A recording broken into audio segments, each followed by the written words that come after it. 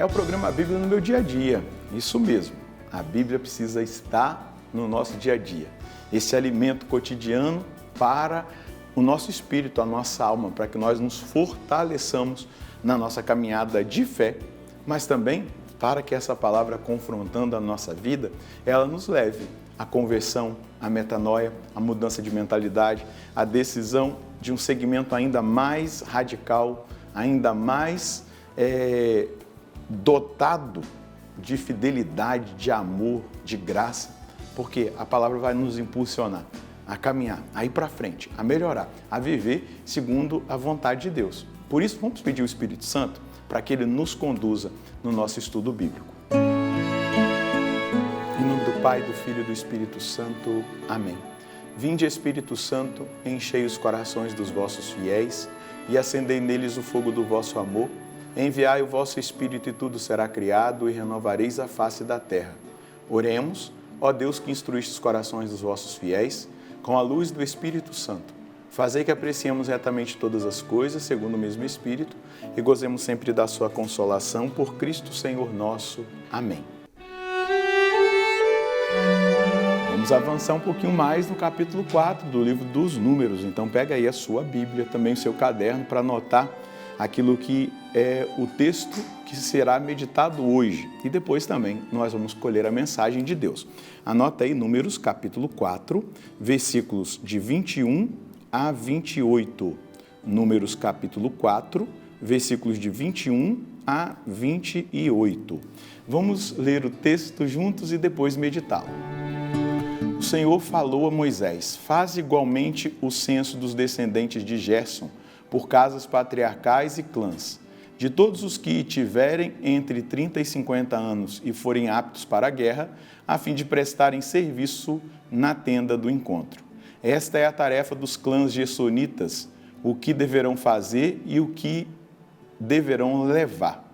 Levarão as cortinas da morada, a tenda do encontro, com a sua cobertura, a cobertura de peles finas que vai sobre esta e o véu da entrada da tenda do encontro. Os cortinados do átrio, o véu da porta de entrada do átrio, em torno da morada e o altar, as cordas e todos os utensílios que usam, enfim, tudo o que lhes foi feito para poderem trabalhar. Os gersonitas executarão toda a tarefa sob as ordens de Arão e seus filhos, tanto o que deverão levar como o que deverão fazer. Confiareis cada um a responsabilidade da respectiva carga. É essa a tarefa dos clãs gersonitas na tenda do encontro. A supervisão estará a cargo de Itamar, filho do sacerdote Arão. É bonito perceber lá nos inícios, na organização do culto, da vida litúrgica, da identidade do povo de Israel, a cultura deles. Nós vamos percebendo Deus indicando aquilo que cada um deveria fazer. No estudo anterior, nós vimos os caatitas, que ficaram com a parte do cuidado do que é mais sagrado, dos utensílios. Agora nós estamos vendo os gersonitas, que fazem parte do grupo dos levitas e que, de 30 a 50 anos, vão ficar responsáveis pelo transporte, por carregar tudo aquilo que precisa ser carregado quando eles mudariam ou mudassem de lugar no caminho que estão fazendo no deserto. E é bonito perceber exatamente isso. Cada um assume a sua função e deve fazê-la bem. No reino de Deus não há nada que é descartado ou que é desconsiderado. Talvez os caatitas vão olhar com superioridade para os gersonitas porque eles estão cuidando das coisas mais santíssimas. Não. É indispensável o serviço de cada um, a função que cada um exerce. Nós somos um corpo. E não é importante? São Paulo vai usar essa metáfora, vai usar essa imagem, O olho não pode querer ser a boca, nem a boca querer ser o olho. O ouvido não pode querer ser o olho. E aí ele vai falando de cada membro do corpo, exatamente para demonstrar que cada um tem a sua função específica e é importante na função que exerce. Vamos ver aqui, vamos deixar a palavra nos iluminar. Vou pegar aqui a carta dos Coríntios, olha que bonito quando Paulo vai tratar sobre essa realidade do corpo de Cristo, que é a igreja, a manifestação do do Espírito. Veja só, versículo 12 do capítulo 12 da 1 de Coríntios. De fato, assim como o corpo é um, embora tenha muitos membros, e como todos os membros do corpo, embora sejam muitos, formam um só corpo, assim também acontece com Cristo. De fato, todos nós, judeus e gregos, escravos ou livres, fomos batizados num só Espírito, para formarmos um só corpo, e todos nós bebemos de um único Espírito. Na verdade, o corpo não é feito de um membro apenas, mas de muitos. Se o pé disser, eu não sou mão, portanto não pertenço ao corpo, nem por isso deixa de pertencer ao corpo. E se a orelha disser, eu não sou olho, portanto não pertenço ao corpo, nem por isso deixará de pertencer ao corpo. Se o corpo todo fosse olho, onde estaria o ouvido? Se o corpo todo fosse ouvido, onde estaria o olfato? De fato, Deus dispôs os membros e cada um deles no corpo conforme quis. Se houvesse apenas um membro, onde estaria o corpo? Mas, pelo contrário, há muitos membros e, no entanto, um só corpo. O olho não pode dizer à mão, não preciso de ti, nem a cabeça dizer aos pés, não preciso de vós. Bem mais ainda, até os membros do corpo que parecem ser os mais fracos são indispensáveis. Então, a separação aqui, catitas, gersonitas agora recebendo a sua função, é semelhante àquilo que na igreja cada um exerce. Vamos pensar, olha, eu estou aqui meditando com você a palavra. Atrás aqui das câmeras está o Gustavo. Lá na ilha de edição, na ilha de corte, está a Fernanda. Depois o Renê vai editar o programa que foi gravado. Então, cada um é indispensável e faz parte do corpo. E só sai aquilo que você recebe aí na sua casa, porque depois vai ter a pessoa que vai estar no controle mestre colocando o programa. É tudo uma engrenagem como um corpo. E todos são indispensáveis. Eu não sou melhor porque eu estou aqui meditando e fazendo. Sozinho não daria certo, não funcionaria. E o Padre Jonas, ele nos ensinou que na Canção Nova ninguém é bom sozinho.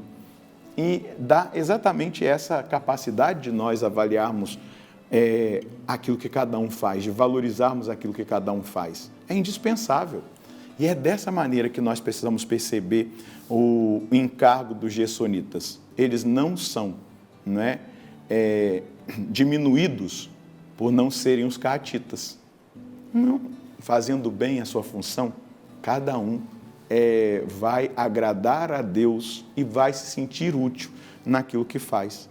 Eu sempre, quando estou no encontro, eu fico observando, as escalas. Tem gente que está na escala da cozinha, tem gente que está na escala da limpeza, tem gente que está na escala da acolhida, tem gente que está na escala da música. Eu não sei tocar.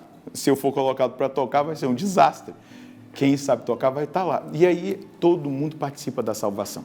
Eu gosto muito de dizer isso, no final de um encontro, quando tudo deu certo, de olhar para aqueles que exerceram funções bem simples naquele encontro e dizer, olha, as pessoas que foram alcançadas, tocadas aqui, elas foram por causa do serviço que você prestou. Elas foram ação. E quando você chegar ao céu, você vai ver. Deus vai te mostrar todas as pessoas que você ajudou a salvar com aquele ofício tão simples, com aquele serviço tão simples, aparentemente tão desconsiderável, mas que diante de Deus foi grandioso, que na presença de Deus demonstrou-se grandioso, porque você fez bem. Então, se eu vou pregar, eu vou fazer a melhor pregação que eu posso, prepará-la. Claro, é o Espírito Santo que vai fazer, mas eu vou dar o melhor que eu tenho. Vou dar o melhor que eu tenho na celebração da Santa Missa, porque a função que eu estou exercendo, vou dar a melhor, vou fazer da melhor forma a acolhida das pessoas que lá estiverem, a atenção dadas a ela. E a santidade é fazer bem todas as coisas. É fazer com amor, com dedicação, porque eu estou fazendo por Deus.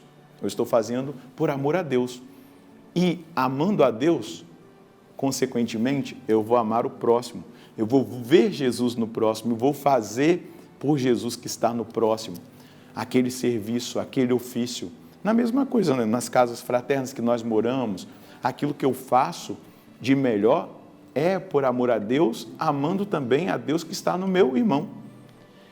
Não é? A organização, tudo aquilo que eu vou fazer. E Deus está aqui, indicando para Moisés os encargos, separando aqui os encargos, exatamente para que cada um faça da melhor maneira a função que recebeu, para que não haja confusão. A ordem faz parte daquilo que é a dimensão divina. Deus fez tudo com ordem. A desordem, quem causa a desordem é o mal. Então tudo precisa estar ordenado. Estando ordenado e organizado, e cada um fazendo bem aquilo que foi lhe confiado, tudo sai bem e de acordo com aquilo que Deus indicou, principalmente no sentido de agradar a Deus. Tudo o que nós, essa é a mensagem, o que nós fizermos para o Senhor deve ser feito, vou colocar, deve ser executado, para mudar a palavra, executado com todo o zelo e da melhor maneira que conseguirmos. Temos que ter a consciência de que estamos fazendo aquele ofício que nos foi confiado por Deus e para Deus. A santidade é fazer bem todas as coisas. Devo assumir o meu encargo com amor e determinação. Se nós tomarmos consciência disso, aqui eu estou falando do nosso serviço na igreja, por exemplo, mas no seu trabalho, se você entende que Jesus está no seu irmão, que você amando a Deus, você precisa amar o seu irmão por causa de Deus, você vai fazer bem. Você não vai agredir ninguém, você vai fazer da melhor maneira possível o seu ofício, aquilo que lhe é determinado lá no seu trabalho. E dessa maneira, a gente consegue viver a ordem, a paz, a harmonia, aquilo que Deus quer que nós vivamos a partir das nossas atitudes, tendo consciência de que cada função é indispensável para Deus. Vamos rezar? Senhor, nós agradecemos ao Senhor por isso, por nós sermos indispensáveis para o Senhor. Ainda que sejam as coisas mais simples, que não chamem a atenção de ninguém, mas feitas por amor ao Senhor, elas têm um sentido tremendo, porque cada ofício é indispensável diante dos seus olhos.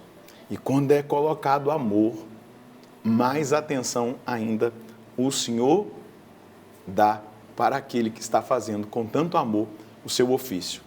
Eu fico pensando de um pregador sem zelo, que não se prepara, que faz de qualquer maneira a sua pregação, e aquela pessoa que está fazendo com todo o zelo, com toda a dedicação, com todo o amor, a comida daquele encontro, aonde está sendo pregada a palavra do Senhor por aquele pregador desleixado.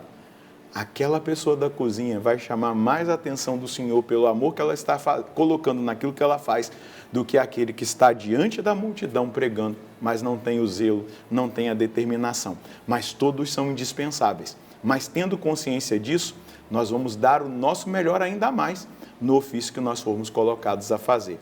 Conceda essa graça a mim, conceda essa graça aos meus irmãos, de fazer com zelo e da melhor maneira possível, porque é para o Senhor, para que o Senhor seja engrandecido, glorificado e reconhecido através daquilo que nós fazemos em Teu nome.